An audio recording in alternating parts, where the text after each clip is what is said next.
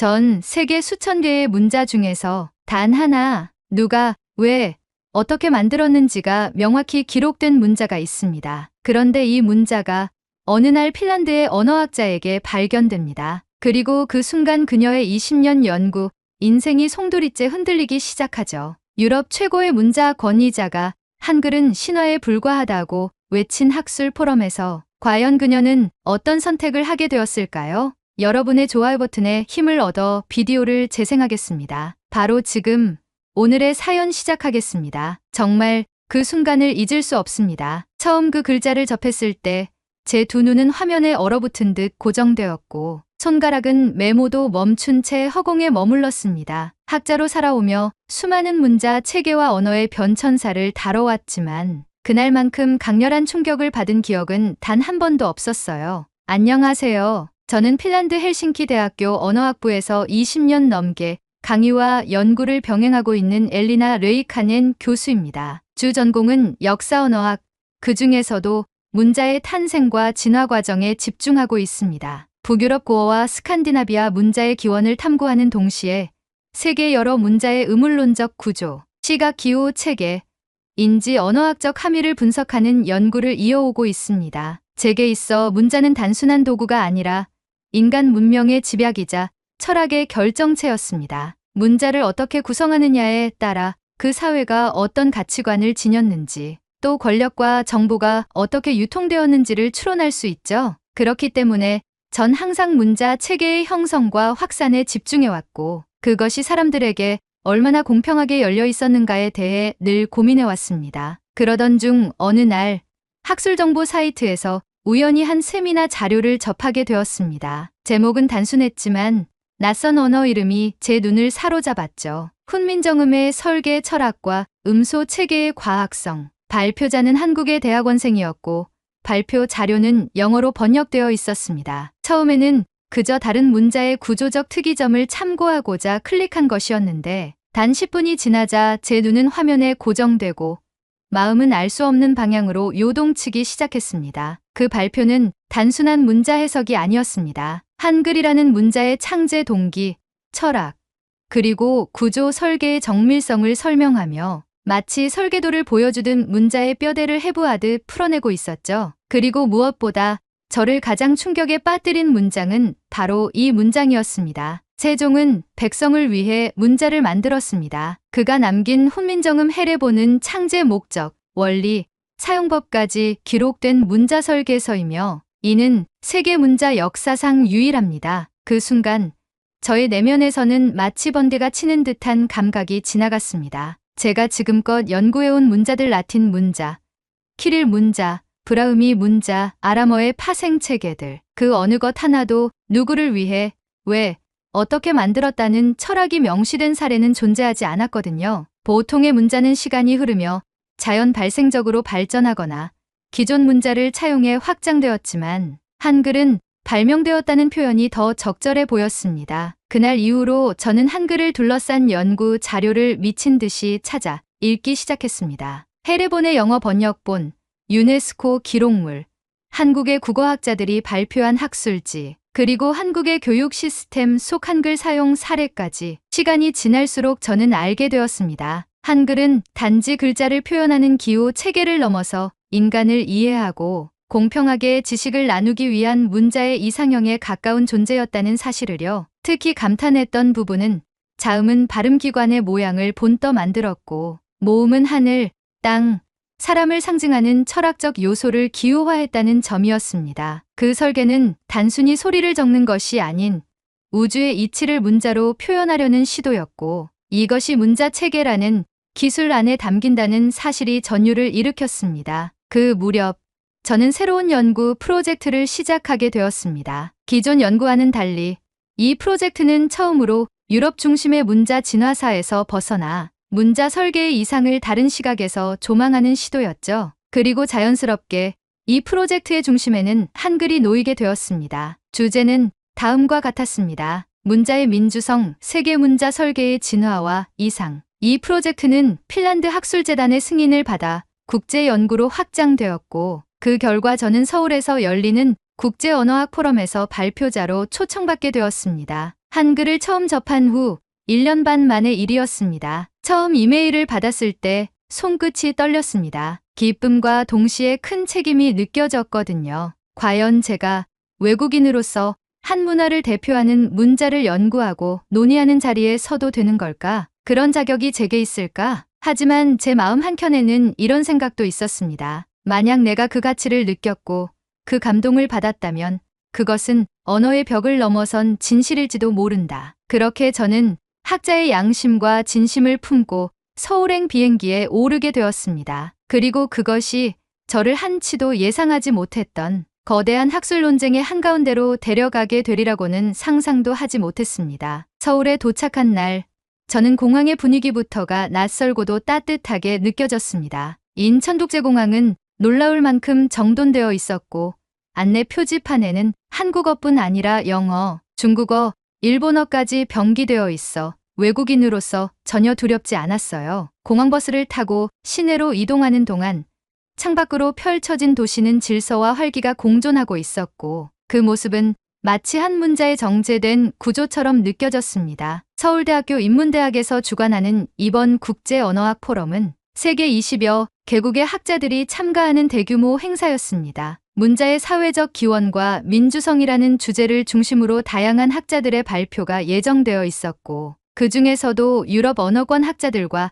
아시아 언어권 학자들의 시각이 어떻게 충돌하고 융합할지가 주목되는 지점이었죠. 저는 발표 전날 포럼 주최 측의 배려로 이서연 교수님을 만날 수 있었습니다. 이 교수님은 서울대학교 국어정보학과 소속의 젊은 학자이자 이번 포럼의 공동 기획자였습니다. 그분은 제 연구를 미리 검토한 뒤 매우 진지한 표정으로 말씀하셨습니다. 엘리나 교수님, 한글에 대한 애정이 느껴집니다. 하지만 조심하셔야 할 부분도 있어요. 이번 포럼에 참가하는 일부 학자들, 특히 브루노 박사 같은 분들은 이름을 듣자마자 저는 가슴이 철렁 내려앉았습니다. 브루노 카이저, 독일 튜빙겐 대학의 명예교수로 역사언어학과 문자기원 연구의 세계적인 권위자이자 제가 대학원 시절부터 논문을 빠짐없이 읽어온 학계의 거물이었습니다. 그러나 동시에 그는 유럽 문자 체계의 우월성을 강하게 주장해온 인물로도 유명했고 비서구 문자에 대해서는 다소 보수적이고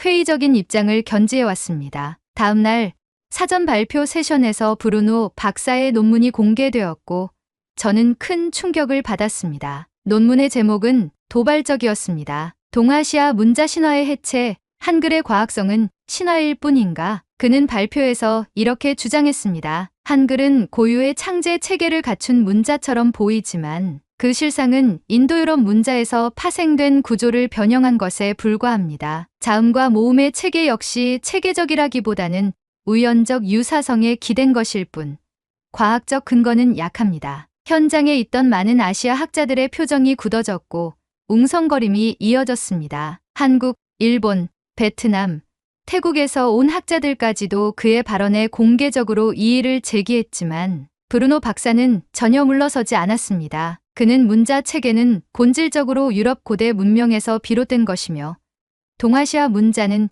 그 파생형에 불과하다는 논리를 반복했고 이는 그 자리에 있던 저에게도 큰 충격이었습니다. 무엇보다 괴로웠던 것은 그토록 존경하던 인물이 제가 그토록 연구하고 감동받았던 한글을 그렇게 일방적이고 편견 섞인 시각으로 바라본다는 사실이었습니다. 이서연 교수님은 저를 조용히 회의장 밖으로 데리고 나가셨고 걱정스러운 눈빛으로 말하셨습니다. 교수님, 내일이 발표일이시죠? 이대로 단상에 서시겠어요? 그날 밤 저는 호텔방에서 거의 잠을 이루지 못했습니다. 브루노 박사의 논리는 냉정하고 논리적이었으며 학문적 언어로 포장되어 있었지만 그 근본에는 명백한 문화적 편견과 유럽 중심주의가 깔려 있었습니다. 하지만 반대로 제가 제시할 수 있는 것은 그보다 더 정제된 자료, 더 많은 비교 분석, 그리고 진심뿐이었습니다. 나 같은 외국인이 한글을 논하는 것이 맞는 일일까? 혹시 내 발표가 한국의 학자들에게 폐를 끼치게 되는 건 아닐까? 수십 번 머릿속에서 자문했지만 그럴수록 제 마음속엔 점점 더 뚜렷한 확신이 자리 잡았습니다. 한글을 향한 저의 감동은 단지 구조의 정교함 때문이 아니었습니다. 그 문자의 설계자들이 품었던 사람을 위한 철학, 그리고 그것이 수백 년이 지난 지금까지도 살아 숨쉬고 있다는 사실이었죠. 그것은 유럽 문자들이 잃어버린 혹은 애초에 가질 수 없었던 대중성과 평등성이었고, 그것이 제가 이 문자를 인류의 유산이라 말할 수 있는 이유였습니다. 다음 날 제 발표를 앞두고 마지막으로 이서연 교수님께 말씀드렸습니다. 제 발표는 학문적인 주장만이 아닐 겁니다. 저는 한 학자로서 또 한 인간으로서 이 글자가 얼마나 위대한지를 말하고 싶어요. 그 말에 교수님은 조용히 고개를 끄덕이셨습니다. 그리고 저는 마침내 단상 위로 향했습니다. 포럼 발표 당일 아침,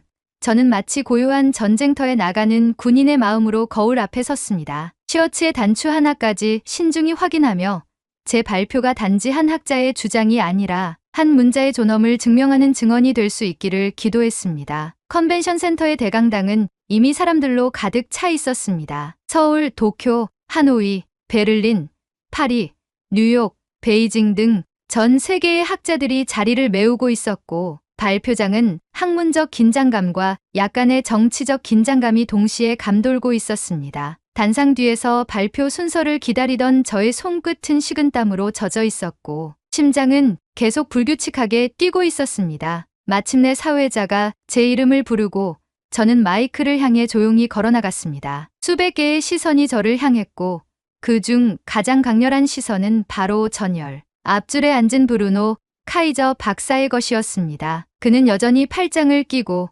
묵직한 침묵 속에서 저를 지켜보고 있었죠. 저는 그 시선을 피하지 않았습니다. 오히려 정면으로 마주보며 조용히 인사드렸습니다. 안녕하십니까? 엘리나 레이카넨입니다. 오늘 저는 여러분께 한 문자가 어떻게 사람을 위한 철학이 되었는가에 대해 이야기하고자 합니다. 저는 한 장 한 장 슬라이드를 넘기며 한글의 자음 설계 원리부터 설명하기 시작했습니다. 입술, 혀끝, 목젖 등 발음 기관의 움직임을 본떠 만든 자음 체계, 천지인의 원리를 기호화한 모음 설계 청중들은 점점 집중하기 시작했고, 많은 이들이 메모를 하거나 고개를 끄덕이고 있었습니다. 그때까지만 해도 분위기는 순조로웠습니다. 그러나 발표의 중반부로 들어가며 제가 한글의 민주적 철학을 강조하는 순간 공기의 흐름이 바뀌는 것을 느낄 수 있었습니다. 훈민정음은 성황이 하층민을 위해 만든 문자입니다. 정보와 지식이 권력에 의해 독점되던 시대,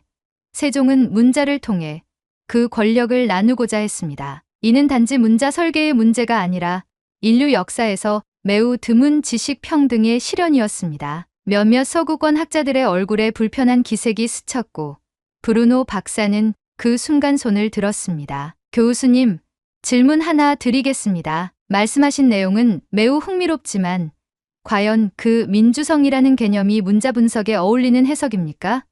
문자의 효율성과 전파력은 평가할 수 있어도 정치 철학적 해석은 지나치게 감정적인 접근 아닐까요? 그의 말은 겉으로는 정중했지만 그 속엔 명백한 도전과 회의가 담겨 있었습니다. 수많은 시선이 저와 그를 오가며 긴장감이 고조되었고, 마이크 앞에 선 저는 잠시 숨을 고른 뒤 정면을 응시하며 답변을 이어갔습니다. 예, 박사님. 저는 문자가 단지 소리를 기록하는 기호의 집합이라고 생각하지 않습니다. 문자는 곧 사회의 구조와 가치관이 반영된 철학적 발명품이며, 그것이 누구를 위해 쓰였는가가 가장 중요한 평가 기준이 되어야 한다고 믿습니다. 청중 속에서 작게 박수가 터졌습니다. 그 박수는 하나둘 이어졌고 점점 더 큰 호응으로 확산되었습니다. 그 순간 저는 혼자가 아니라는 걸 느꼈습니다. 브루노 박사는 아무 말 없이 고개를 떨구었고 저는 발표를 이어나갔습니다. 다음 장의 슬라이드에는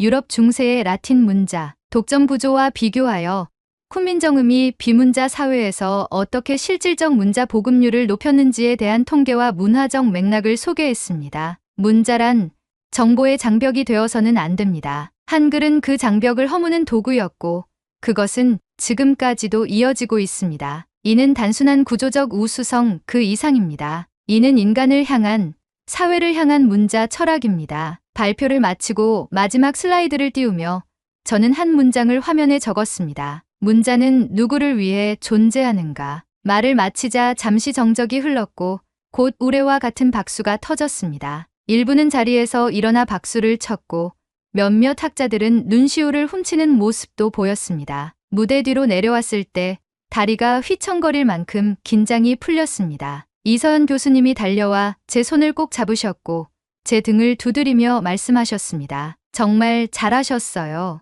교수님 덕분에 한글은 오늘 더 많은 사람들의 마음에 새겨졌을 거예요. 그 순간 한 인물이 조용히 다가왔습니다. 일본의 문자학자 나카무라 켄지 교수였습니다. 그는 제게 정중히 고개를 숙이며 말씀하셨습니다. 교수님의 발표는 단지 한 문자를 논한 것이 아니었습니다. 저는 오늘 처음으로 문자를 감동으로 느꼈습니다. 그의 말에 저는 감정이 북받쳐 잠시 말을 잇지 못했습니다. 그날 밤 호텔로 돌아와 창밖의 서울 야경을 바라보며 저는 이렇게 중얼거렸습니다. 나는 지금 문자를 처음 만났던 그날처럼 다시 언어학자가 된 것 같아요. 그렇게 저는 깨달았습니다. 문자란 단지 소리의 기록이 아니라 사람의 마음을 담는 형상이라는 것을요. 포럼이 끝난 다음 날 서울은 여전히 분주했습니다. 아침 햇살은 한층 부드러웠고 거리는 전날의 열기와 상관없이 일상으로 돌아가고 있었습니다. 하지만 저의 마음속은 한없이 조용하고 잔잔했어요. 마치 폭풍이 지나간 후의 바다처럼요. 저는 호텔 방에서 천천히 짐을 정리하며 어젯밤 그 박수 소리와 사람들의 얼굴을 하나하나 떠올렸습니다. 낯선 도시의 공기 속에서 그렇게 많은 이들이 제 발표에 귀를 기울여 주었다는 사실이 아직도 믿기지 않았습니다. 발표 전날 밤의 불안과 자책, 과연 이 자리에 서도 되는 걸까라는 질문은 이제 다소 희미해졌고 그 자리에 작지만 단단한 믿음이 자라나고 있었어요. 메일함에는 이미 여러 통의 메시지가 도착해 있었습니다. 포럼에 참가했던 젊은 학자들, 현지 학생들, 언어학을 공부하는 일반인들까지 그들의 메시지는 하나같이 따뜻했고 감동적이었습니다. 교수님의 발표를 듣고 한글에 대한 관점이 완전히 바뀌었습니다. 문자를 공부하는 사람으로서 처음으로 문자에 감동했다는 느낌을 받았습니다. 세종대왕이 왜 이 문자를 만들었는지를 들으며 눈물이 났어요. 그 메시지를 읽는 동안 저는 책상 위에 놓인 작은 해례본 영문 번역본을 꺼내 다시 읽기 시작했습니다. 몇 번을 읽었던 문장이지만 그날의 기억과 함께 다시 마주하니 전혀 다른 울림으로 다가왔습니다. 나라의 말씀이 중국과 달라서 문자와 서로 통하지 않으니 백성들이 말하고자 하는 바를 제때에 표현하지 못하니라. 저는 다시 한번 확신했습니다. 이 문자는 단지 글자가 아니라 사람을 향한 마음이자 공감의 구조라는 것을요. 서울에서의 마지막 날, 저는 일부러 하루 일정을 비워두었습니다. 포럼 일정 내내 준비와 긴장으로 바쁘게 움직였기에 온전히 이 도시와 한글을 온몸으로 느껴보고 싶었거든요. 먼저 찾아간 곳은 세종문화회관 앞의 세종대왕 동상이었습니다. 동상 앞에 선 순간 저는 말없이 고개를 숙였습니다. 왕이면서도 백성을 위해 문자를 만든 이 인물. 제가 살아오면서 만난 어떤 군주보다 위대한 사람이 여기에 있었습니다. 그리고 그 앞에서 저는 속으로 이렇게 말했습니다. 세종대왕님, 당신이 만든 문자가 오늘 저 같은 외국인의 삶에도 흔들림을 남겼습니다. 저는 이제 단지 구조를 연구하는 언어학자가 아니라 문자의 마음을 이해하는 사람이 되고 싶습니다. 그곳에서 만난 한 초등학생은 한글날에 배운 내용을 엄마에게 설명하고 있었고 어르신 한 분은 동상 앞에서 사진을 찍으며 우리 글자 자랑스럽지라고 하시더군요. 그 말에 저는 가슴이 먹먹해졌습니다. 한글은 그저 옛 유물이나 연구의 대상이 아니라 이곳 사람들의 삶 그 자체였던 것입니다. 다음으로 향한 곳은 광화문 근처의 작은 서점이었습니다. 한글 관련 책들이 전시된 특별 코너가 있었고 그곳에서 어린이용 훈민정음 해설서를 한참이나 들여다보았습니다. 짧고 쉬운 말로 풀어 쓴 그 책에는 다음과 같은 문장이 적혀 있었습니다. 한글은 누구나 쉽게 배울 수 있게 만들어졌어요. 힘 있는 사람들만 쓰는 글자가 아니라 모두가 함께 쓰는 글자예요. 그 문장 앞에서 저는 한참을 움직이지 못했습니다. 수십 년간의 언어학 연구 속에서 가장 짧고 강렬한 언어 철학을 저는 그 어린이 책에서 발견한 셈이었죠. 그날 밤 호텔로 돌아와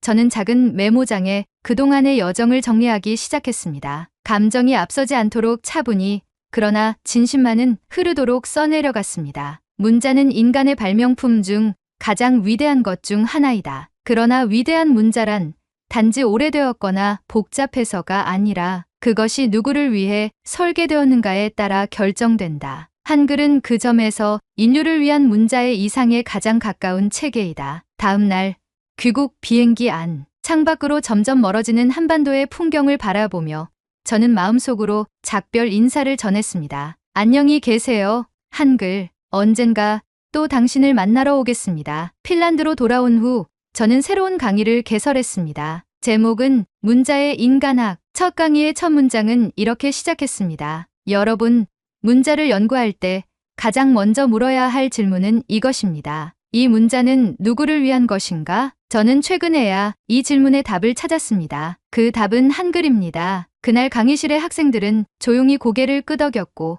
몇몇은 수업 후에 제게 다가와 이렇게 말했습니다. 교수님, 저도 언젠가 한국에 가서 그 문자를 직접 보고 싶습니다. 그리고 이 모든 이야기를 지금 이렇게 제보드리는 이유는 단 하나입니다. 혹시 이 글을 읽고 계신 분들 중 누군가가 한글은 한국인의 문자라고만 생각하셨다면 저처럼 다시 한번 그 의미를 새롭게 발견하셨으면 합니다. 왜냐하면 한글은 사람을 위한 문자이기 때문입니다. 그리고 그 사람에는 저도 여러분도 포함됩니다. 감사합니다. 이 이야기를 보고 여러분은 어떻게 느끼셨나요? 한글이 단지 글자가 아니라 사람을 위한 철학이었다는 사실. 여러분의 생각을 댓글로 남겨 감동 비디오의 마지막을 장식해 주세요. 여러분만의 한글에 대한 감동 꼭 공유해 주시길 바랍니다. 오늘의 비디오가 공감이 되신다면 구독, 좋아요 한 번씩 부탁드리겠습니다. 그리고 여러분의 댓글은 제게 큰 힘이 됩니다. 다음엔 더 흥미로운 사연으로 여러분을 찾아뵙겠습니다. 시청해주셔서 감사합니다. 자유의 나라, 민주주의의 본산이라 불리는 미국. 그 이름 아래 수많은 이들이 언론의 자유, 집회의 권리, 표현의 자유를 배워왔고 수많은 나라가 그것을 이상으로 여겨왔습니다. 하지만 지금 그 미국에서 도저히 믿기 힘든 일이 벌어졌습니다. 플래카드 하나, 단지 그걸 들었다는 이유만으로 한 대학의 외국인 유학생이 강제 추방 대상자가 된 것입니다. 시위도 폭력도 없었습니다. 그저 캠퍼스 잔디밭 한켠에 조용히 서 있었을 뿐이었습니다. 그러나 그 조용한 손끝 위에 한 문장이 미국 정부에겐 정치 개입이라는 이름의 위협이 되었습니다. 그 유학생은 한국에서 온 대학생이었습니다. 그리고 그녀를 감싼 사건은 순식간에 SNS와 주요 언론을 타고 퍼졌고 수많은 미국 시민들 사이에서도 우리가 믿던 미국은 정말 이랬던가? 라는 질문을 던지게 만들었습니다. 누군가는 말했습니다. 이건 정치가 아니라 우정에 대한 이야기입니다. 또 누군가는 말했습니다. 진짜 민주주의는 가장 말 없는 사람을 지킬 때 완성된다. 이제 여러분께 이 믿기 힘든 사건을 처음부터 끝까지 들려드리려 합니다. 여러분의 좋아요 버튼에 힘을 얻어 비디오를 재생하겠습니다. 바로 지금 오늘의 사연 시작하겠습니다. 안녕하세요. 저는 에린 마르티네즈라고 합니다. 뉴욕에 있는 사립대학에서 국제관계학을 전공하고 있는 3학년 학생이고요. 정치에 대한 관심은 많았지만 실제로 행동하거나 목소리를 내는 일에는 늘 망설임이 앞서던 사람이었습니다. 그저 신중하게 지켜보는 쪽에 가까웠고 어떤 입장을 분명히 밝히는 일이 누군가를 소외시키는 건 아닐까 늘 조심스러워했죠. 제 일상이 바뀌게 된 건 이름조차 낯설었던 사람 하나를 만나고 나서였습니다. 김지윤. 한국에서 교환학생으로 온 유학생이었습니다. 지윤은 조용하고 차분했으며 자신의 문화와 타인의 문화를 모두 존중할 줄 아는 사람이었어요. 우리가 처음 마주친 건 기숙사 복도 끝 공용주방에서였습니다. 늦은 저녁, 저는 전자레인지에 데운 냉동 피자를 꺼내고 있었고 지윤은 작고 오래된 냄비에 뭔가를 끓이고 있었죠. 맵고 깊은 향이 공기를 가득 채우고 있었고 저는 무심코 말을 걸었습니다. 지금 뭐 만드는 거예요? 이건 확실히 미국 음식은 아닌 것 같은데요. 지윤은 웃으며 대답했어요. 한국 라면이에요. 고추기름 조금 넣었어요. 냄새, 세죠? 그 순간이 아직도 또렷합니다. 그 냄새, 그 미소, 그 조용한 태도. 어쩌면 우리는 그날부터 서로의 삶에 조금씩 스며들기 시작한 걸지도 모릅니다. 이후 우리는 자연스럽게 가까워졌습니다. 같은 복도, 비슷한 전공, 공통 과제를 함께 하면서 자연스럽게 대화도 많아졌고 커피도 자주 마시게 되었어요. 지우는 말이 많지는 않았지만 언제나 자신이 하는 말에 책임을 지는 사람이었습니다. 무언가에 대해 말할 땐 언제나 망설였고 한 번 말한 것은 끝까지 지키려 노력했죠. 우리는 종종 정치에 대해 이야기를 나누었습니다. 지우는 늘 다르게 사는 사람들에 대해 깊은 관심을 가졌고 팔레스타인과 이스라엘의 분쟁, 난민 문제, 여성 인권과 같은 이슈에 조용히 그리고 끈질기게 시선을 두고 있었습니다. 저는 그런 지훈이 신기했어요. 관심은 있지만 움직이지 못했던 제 모습과는 달랐거든요. 어느 날 밤, 저희는 기숙사 방에서 늦게까지 함께 과제를 하다가 커피를 마시며 이런 대화를 나눴습니다. 에린, 나 여기서 진짜 친구 생겼다고 가족한테 자랑했어요. 엄마는 처음엔 안 믿었어요. 외국 가면 외로워서 울기만 할 줄 알았대요. 그 말에 저는 멋쩍게 웃으며 대답했습니다. 나도 원래 사람을 쉽게 믿는 편은 아닌데 너는 예외인 것 같아. 그날 이후로 저는 지훈을 다르게 보기 시작했습니다. 친구라는 감정이 더 커졌고 그녀가 관심을 갖는 일, 목소리를 내는 사안에 저 역시 관심을 기울이게 되었어요. 그러던 어느 날 캠퍼스에는 팔레스타인을 지지하는 작은 시위가 열렸습니다. 대학 내 중동연구회가 주최한 행사였고 학생들은 자발적으로 참여했습니다. 저는 그 자리에 가지 않았지만 지우는 말없이 플래카드를 하나 들고 잔디밭 한쪽에 조용히 서 있었죠. 플래카드에는 이렇게 적혀 있었습니다. 휴전 요구는 범죄가 아닙니다. 그 자리에선 구호가 터져 나오지도 않았고 누군가를 향한 분노의 외침도 없었습니다. 그저 조용한 연대의 모습이었어요. 하지만 불과 이틀 뒤 지훈에게 미국 이민국으로부터 문서 한 통이 도착했습니다. 정치적 활동 관련 비자 조사 통지서였습니다. 처음엔 믿기지 않았습니다. 플래카드 하나 들었다는 이유만으로 비자 취소 조사 대상자가 되다니요? 하지만 현실은 분명했습니다. 당시 트럼프 행정부는 외국인 유학생의 정치 참여를 내정 간섭으로 간주했고 시위 연루자는 비자 취소 및 추방 조치가 가능하다는 행정명령을 이미 발효한 상태였죠. 기숙사 방에서 지우는 문서를 책상 위에 펼쳐놓고 있었습니다. 아무 말도 하지 않았고 그저 오래된 책을 보듯 문장을 하나씩 읽고 있었습니다. 나는 그냥 조용히 서 있었을 뿐인데 누구를 비난한 것도 아니고 그저 멈췄으면 좋겠다고 말하고 싶었을 뿐이에요. 그녀의 목소리는 흔들리지 않았습니다. 하지만 그 침착함 속에 묘한 절망이 깃들어 있었어요. 지우는 자신이 처한 상황을 담담히 받아들이고 있었고 저는 도리어 그 태도에서 깊은 충격을 받았습니다. 그날 밤 저는 침대에 누워 처음으로 진지하게 스스로에게 물었습니다. 친구라는 이름은 어디까지 책임질 수 있는 걸까? 지우는 단지 말없이 서 있었을 뿐입니다. 그러나 이제 그녀는 이 땅에서 나가야 할 사람으로 분류되었습니다. 그리고 저는 그저 그 장면을 바라보는 미국 시민으로만 남아 있어도 괜찮은 걸까요? 지훈에게 도착한 비자 관련 조사 통지서는 A 사용지 한 장이었습니다. 표현은 정중했고 문장은 공손했습니다. 하지만 읽는 순간 저는 몸 안으로 차가운 공기가 스며드는 느낌을 받았습니다. 정치적 행위 관련 비자 조건 위반 가능성에 대한 행정조사 착수. 이렇게 적힌 문장은 그녀가 이 땅에 머무를 수 있는 권리가 위태롭다는 사실을 조용히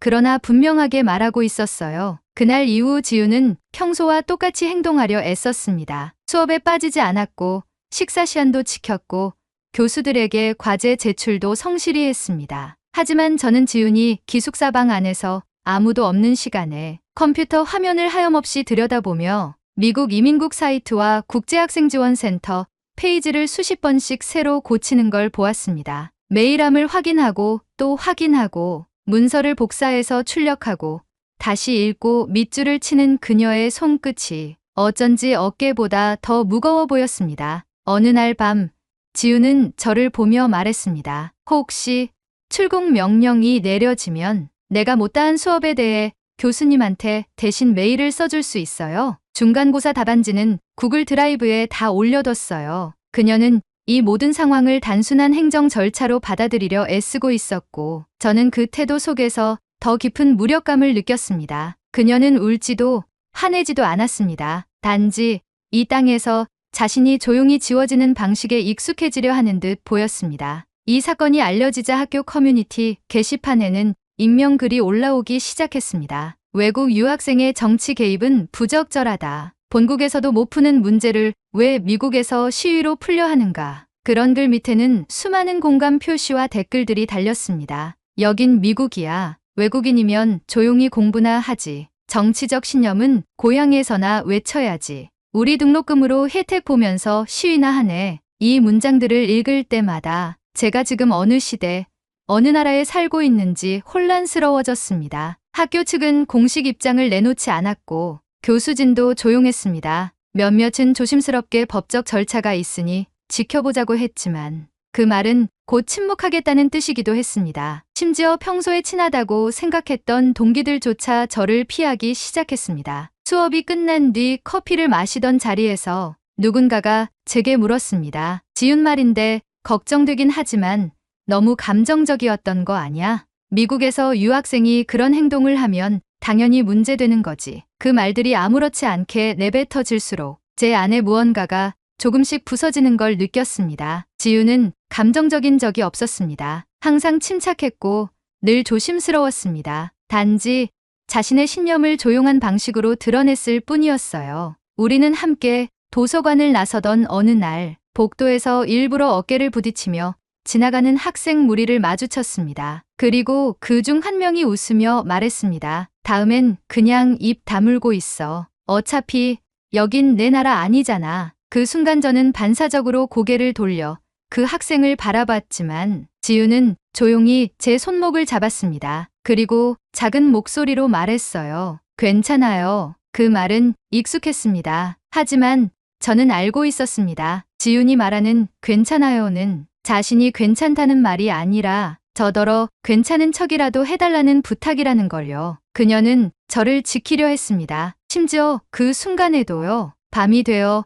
기숙사방 불을 끄고 누웠을 때 저는 잠들지 못하고 천장을 바라봤습니다. 그녀가 사라진 자리, 그 자리를 누구도 기억하지 않는다면 그건 사라짐이 아니라 지워짐일 텐데요. 그토록 많은 사람들이 이 상황을 정치적 이슈로 분류해 외면할 수 있는 이유는 아마도 그들이 그 자리에 서본 적이 없기 때문이겠죠. 저는 미국 시민이었습니다. 언제든 의견을 말할 수 있고 시위에 참여해도 체포당하지 않을 확률이 높았고 제 목소리는 언제나 정당한 비판으로 받아들여졌습니다. 하지만 지우는 아니었습니다. 그녀는 언제나 설명해야 했고 증명해야 했고 그리고 조심해야만 했습니다. 그날 밤 저는 메모장을 꺼내 처음으로 무언가를 쓰기 시작했습니다. 당신이 사라지는 걸 나는 볼 수 없습니다. 당신이 조용히 지워지는 걸 나는 막아야만 합니다. 그것은 아주 작고 개인적인 기록이었지만 어쩌면 그 순간부터 저는 이 이야기를 그냥 넘길 수 없다는 걸 알고 있었던 것 같습니다. 저는 그날 밤을 또렷이 기억하고 있습니다. 기숙사방 책상 앞에 앉아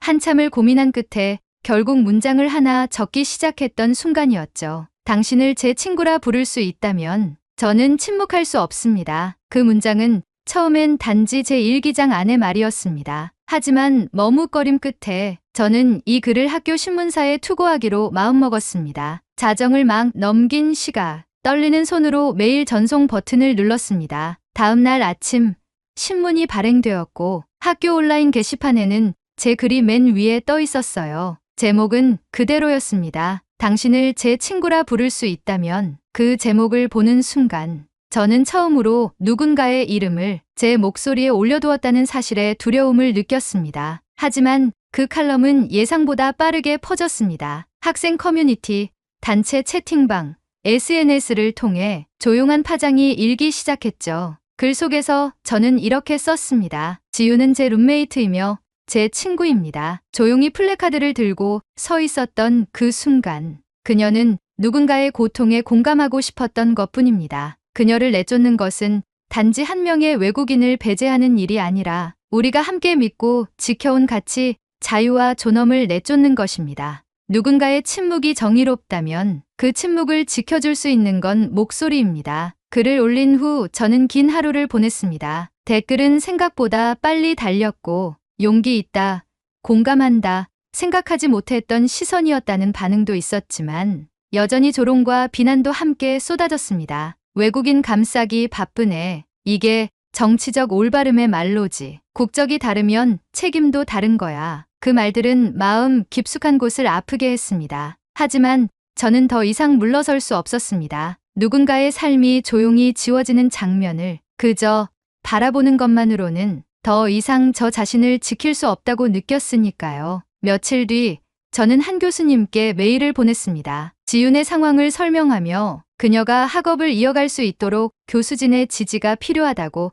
정중히 요청드렸습니다. 처음엔 아무 회신도 없었지만 이틀 뒤 도착한 답장은 이렇게 시작되고 있었습니다. 당신의 글을 읽었습니다. 지윤의 수업 참여는 이 사건과 무관하게 보장돼야 한다는데 저도 동의합니다. 조만간 전체 교수 회의에서 이 사안을 제안하겠습니다. 그 짧은 메일이 제게 얼마나 큰 용기를 줬는지 모릅니다. 지윤은 그저 제 친구였습니다. 그 사실 하나만으로도 저는 행동할 이유가 충분했습니다. 그로부터 또 며칠 뒤 제 메신저로 낯선 번호 하나가 메시지를 보냈습니다. 혹시 오늘 저녁 캠퍼스 중앙 잔디밭에서 지윤을 위해 조용히 모여도 될까요? 목소리 대신 작은 불빛이라도 같이 들고 있으면 좋겠다고 생각했어요. 저는 망설임 없이 대답했습니다. 좋아요. 함께 있을게요. 그리고 그날 저녁 우리는 모였습니다. 처음엔 12명 정도였던 것 같습니다. 많은 인원이 아니었지만 그 누구도 구호를 외치지 않았고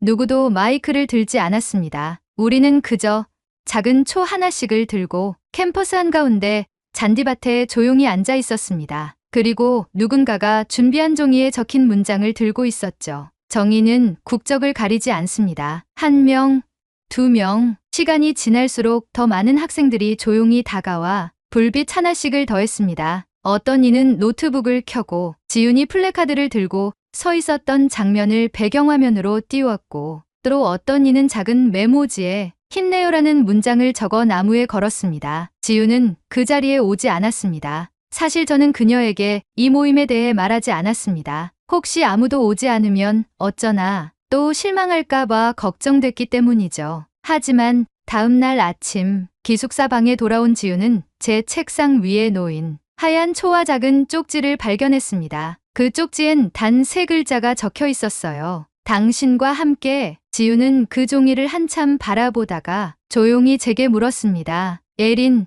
어젯밤에 무슨 일 있었어요? 저는 말없이 고개를 끄덕였습니다. 그러자 그녀는 아무 말 없이 그 쪽지를 가방 안에 조심스레 넣었습니다. 표정은 담담했지만 그 눈동자 안에 작고 선명한 빛이 번지는 걸 저는 분명히 볼 수 있었습니다. 지윤이 조용히 초를 가방 속에 넣었던 그날 이후 우리 주변의 공기는 아주 조금씩 바뀌기 시작했습니다. 변화는 거창하지 않았습니다. 하지만 분명하게 느껴졌습니다. 수업 시간이 끝나고 누군가 제게 와서 말했습니다. 예린, 당신 글 읽었어요. 사실 저도 같은 수업에서 지윤을 봤어요. 그 사람이 그렇게 위험한 행동을 한 건 아니라는 거 저도 알아요. 그리고 그 뒤를 이은 말이 참 오래 남았습니다. 근데 왜 우리는 그렇게 쉽게 등을 돌렸을까요? 저는 대답하지 못했습니다. 하지만 그 말은 저에게 작은 용기였고 누군가 스스로를 돌아볼 수 있도록 만드는 힘이었습니다. 교수진 사이에서도 논의가 시작되었고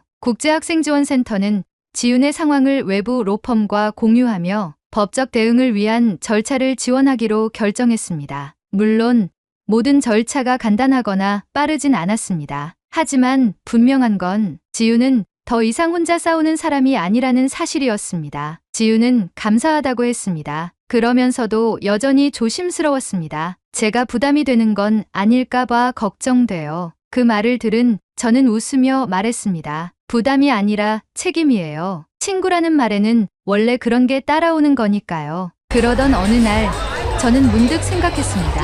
이 이야기를 글로만 남겨둘 게 아니라 영상으로 만들어야겠다고요. 왜냐면 이건 단지 지윤 한 사람의 문제가 아니라 지금 이 땅에서 공부하고 살아가는 수많은 유학생들과 그들을 친구로 둔 사람들의 이야기이기도 했으니까요. 처음엔 캠코더 하나로 시작했습니다. 지윤이 허락해준 만큼만 수업에 들어가는 뒷모습, 노트북을 여는 손, 캠퍼스를 걸어가는 조용한 발걸음 같은 장면들을 담았습니다. 글이 많지 않은 자료였지만 그 안에는 우리가 함께 보낸 시간들이 고스란히 담겨 있었습니다. 저는 이 영상을 학교 영상미디어 동아리와 협업해 작은 다큐멘터리로 완성했습니다. 제목은 처음 그날 적었던 문장에서 가져왔습니다. 당신을 제 친구라 부를 수 있다면. 상영회는 따로 열지 않았습니다. 단지 유튜브와 학교 포털에 올렸고 영상 속에는 자막 대신 짧은 문장들이 흘러갔습니다. 친구의 권리를 지켜주는 일은 정치를 넘어서 인간에 대한 예의입니다. 조회수는 빠르게 올라갔습니다. 댓글에는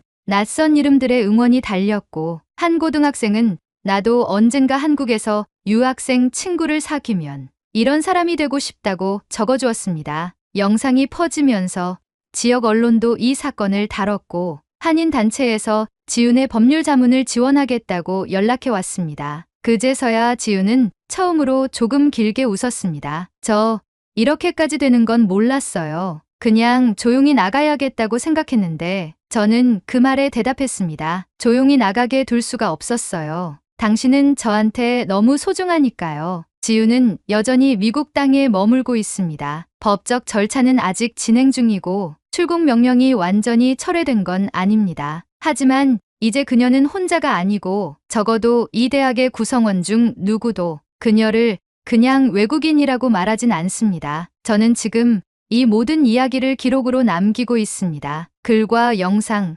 이메일과 인터뷰들. 그 하나하나가 우리가 어떻게 정의를 다시 쓰려 했는지를 보여주는 증거이기 때문입니다. 어떤 사람들은 말합니다. 국적은 태어날 때 주어지는 것이고 시민권은 문서일 뿐이라고요. 하지만 저는 이제 그렇게 생각하지 않습니다. 어디에서 태어났는지가 중요한 게 아니라 누구를 지키고 싶었는지가 더 중요하다는 것. 그것이 진짜 시민의 조건이 아닐까요? 지윤은 지금도 수업에 참여하고 조용히 공부하고 가끔은 동아리 모임에도 나갑니다. 사람들은 그녀를 조심스레 배려하고 그녀는 그런 시선 속에서 조금씩 다시 웃는 법을 배워가고 있습니다. 이제 저는 말할 수 있습니다. 정의는 국적을 가리지 않고 우정은 입국심사대에서 멈추지 않는다고요. 그리고 언젠가 우리가 다시 서로를 자유롭게 부를 수 있는 날이 온다면 그 이름이 친구이기를 진심으로 바랍니다. 오늘의 사연은 여기까지입니다. 미국의 한국인 강제 추방에 대한 여러분의 생각을 댓글로 남겨 감동 비디오의 마지막을 장식해주세요. 오늘의 비디오가 공감이 되신다면 구독, 좋아요 한 번씩 부탁드리겠습니다. 그리고 여러분의 댓글은 제게 큰 힘이 됩니다. 다음엔 더 흥미로운 사연으로 여러분을 찾아뵙겠습니다. 시청해주셔서 감사합니다.